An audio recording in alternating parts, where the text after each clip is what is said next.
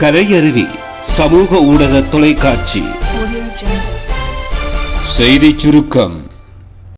கொழும்பு கொட்டஹேன பகுதியில் நேற்று இரவு மேற்கொள்ளப்பட்ட துப்பாக்கி பிரயோகத்துடன் தொடர்புடைய 2 சந்தேக நபர்களும் விசாரணைகளின் போது போலீசாரின் மீது துப்பாக்கி பிரயோகம் மேற்கொள்ள முயற்சித்த போது போலீசார் மேற்கொண்ட பதில் துப்பாக்கி பிரயோகத்தில் அவர்கள் உயிரிழந்துள்ளனர். காயமடைந்த போலீஸ் அதிகாரி வைத்தியசாலையில் அனுமதிக்கப்பட்டுள்ளார். இலங்கையில் திட்டமிட்ட குறித்த செயல்களில் ஈடுபடும் 57 குழுக்கள் மற்றும் 1400 உதவியாளர்கள் செயற்படுவதாக புலனாய்வு தகவல்களில் வெளிக்கொணரப்பட்டுள்ளது. இந்த ஆண்டின் இதுவரையான காலப்பகுதிக்குள் 17 துப்பாக்கி பிரயோக சம்பவங்கள் மற்றும் 5 கூரிய ஆயுதங்களினால் தாக்கப்பட்ட சம்பவங்களும் பதிவாகி இருப்பதாக பதில் போலீஸ் மா அதிபர் தெரிவித்துள்ளார்.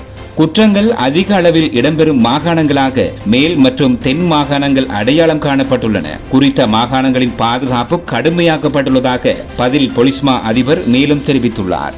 மித்தனிய பகுதியில் 3 கொலை செய்யப்பட்ட சம்பவம் தொடர்பில் கைது செய்யப்பட்ட சந்தேக நபர்களை 72 மணித்தியாலங்களுக்கு தடுத்து வைத்து விசாரணைக்குட்படுத்த நீதிமன்றம் உத்தரவு பிறப்பித்துள்ளது. கனேமுல்ல சஞ்சீவ கொலை சம்பவம் தொடர்பில் மேலும் 2 சந்தேக நபர்கள் கைது செய்யப்பட்டுள்ளனர். வெளிநாட்டில் மறைந்திருந்த 19 குற்றவாளிகளை கடந்த நாட்களில் நாட்டுக்கு அழைத்து வந்துள்ளதாக பதில் போலீஸ் மா அதிபர் தெரிவித்துள்ளார்.